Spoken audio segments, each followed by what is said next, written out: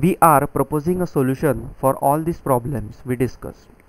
Let us discuss the proposal. These 6 sentences are going to change India. The proposal is open to all technical challenges. It has been reviewed with many CAs and economists and could not find a technical flaw. The proposal is a pure technical solution and not philosophy behind it or any subjective logic behind the solution.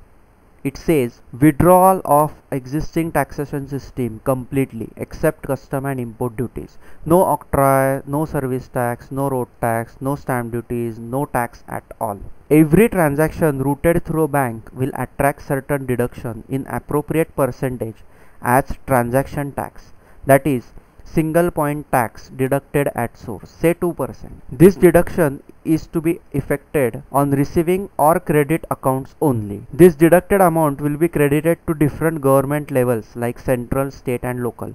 Say 0.7% from 2% will be for central, 0.6% for state and local will be 0.35%. Transacting bank will also have its share in this amount as the bank has a key role to perform, say 0.35%. Cash transactions will not attract any transaction tax. There will be no tax on cash transaction. Withdrawal of high denomination currency. Government should make legal provision to restrict cash transaction up to a certain limit, say 2000 rupees. Existing cash is deposited in bank and attract TT.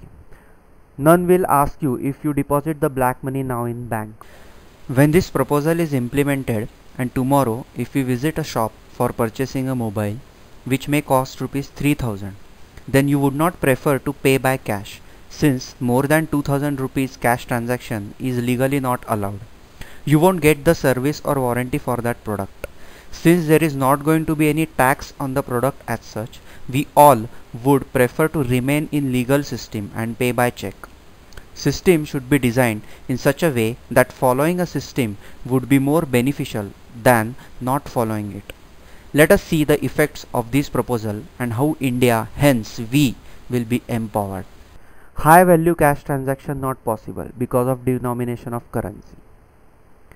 So banking transaction will increase.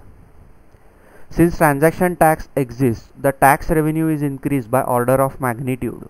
There will be huge money with government. The upper water tank will be full and every water tap will get water. Let us take an example of Mumbai Corporation to understand the effects of this proposal. The total tax collection revenue for 2006-07 is 6,700 crore rupees. The total check transaction in Mumbai during 2006 is 33,43,000 crore rupees. So as per our proposal, the corporation share will be 0.35% of the total transactions, that is 11,700 crores, and the current is 6,700 crores. See the difference. State government will get double tax, 0.6% as per our proposal, that is 23,000 crores.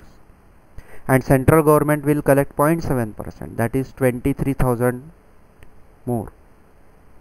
So the revenue available from state government can be used for Mumbai.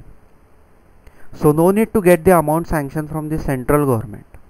To build roads in specific cities, no need to go to Delhi. The local income can be used locally and the remaining amount should go to the central government. This will lead to the progression of local development and reduce the rate of migration towards cities.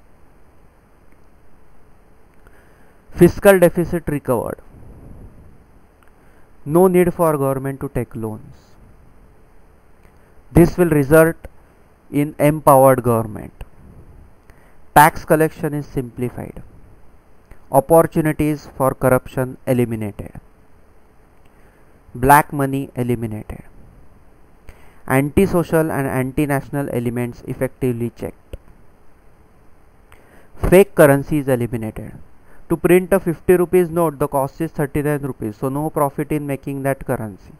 Currently in our country, the total amount of cash we have in form of currency is 5 lakh crore rupees, and in that 44% currency is of rupees 500, 20% of 1000 rupees and almost 28% of 100 rupees. So in all, more than 92% currency is in rupees 100 and rupees 500 and rupees 1000 notes. and 90% of people in India has income less than 100 rupees per day. Isn't it interesting? Net banking revenue increases. Low interest rates.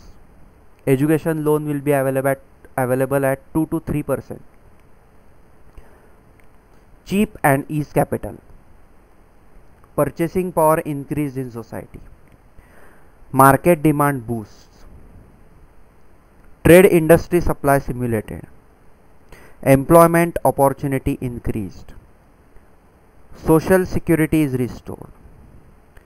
Commodities and services are free from tax influences. Prices will drop down. Focus is shifted to innovation from tax rather than tax manipulation. Sufficient subsidies will be available. This will result in global competitive agro sector. Black money is converted into white. SLR is revised and money flow controlled. Budgetary provision for politicians for elections. Because of white money and no black money in market, there will exist clean political system.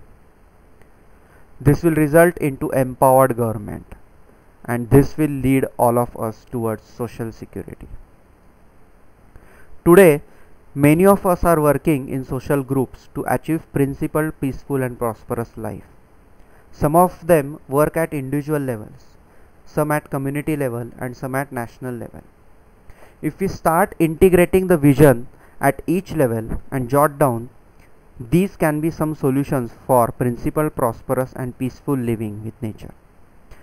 Dissemination of population, decentralized government system, business with social objectives, communities living based on conservation values, value-based integrated education system, economy based on restoration of natural resources, conservation oriented policies, appropriate technology, appropriate distribution of wealth and resources, resource management and conservation practices and projects.